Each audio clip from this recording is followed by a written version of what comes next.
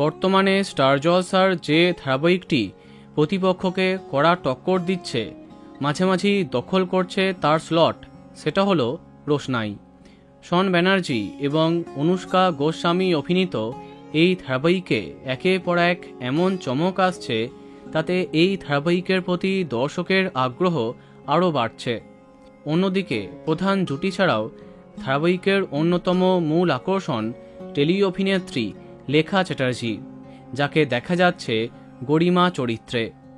রোশনাই আরণ্যকের মাঝে এই চরিত্রটি বেশ প্রভাব বিস্তার করছে। সম্ভবত এবার তার জীবনে আসছে নতুন নায়ক, যাকে সম্প্রতি নিম ফুলের মধু ধারাবাহিকে দেখা যাচ্ছিল।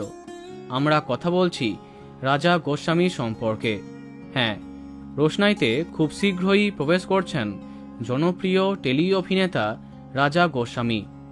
আজকাল করেই তাকে ধারাবাহিকের নতুন পর্বে দেখা যাবে। সম্ভবত গরিমার নায়ক চরিত্রে তার আগমন হচ্ছে। তবে জানা যায়নি কেমন হচ্ছে তার চরিত্রটি, পজিটিভ নাকি নেগেটিভ। তবে নিঃসন্দেহে তার আগমনে ধারাবাহিকে আসছে নতুন চমক, থাকছে অনেক টুইস্ট। দেখা যাক এবার টিআরপি তালিকায় কি ধামাকা করে রোশনাই। তো বন্ধুরা, এই ধারাবাহিকটি তোমার কেমন লাগে কমেন্টে জানাতে পারো। আর এই রকমই আরও অনেক ভিডিও পেতে সাবস্ক্রাইব কারেন্ট পজ। ধন্যবাদ।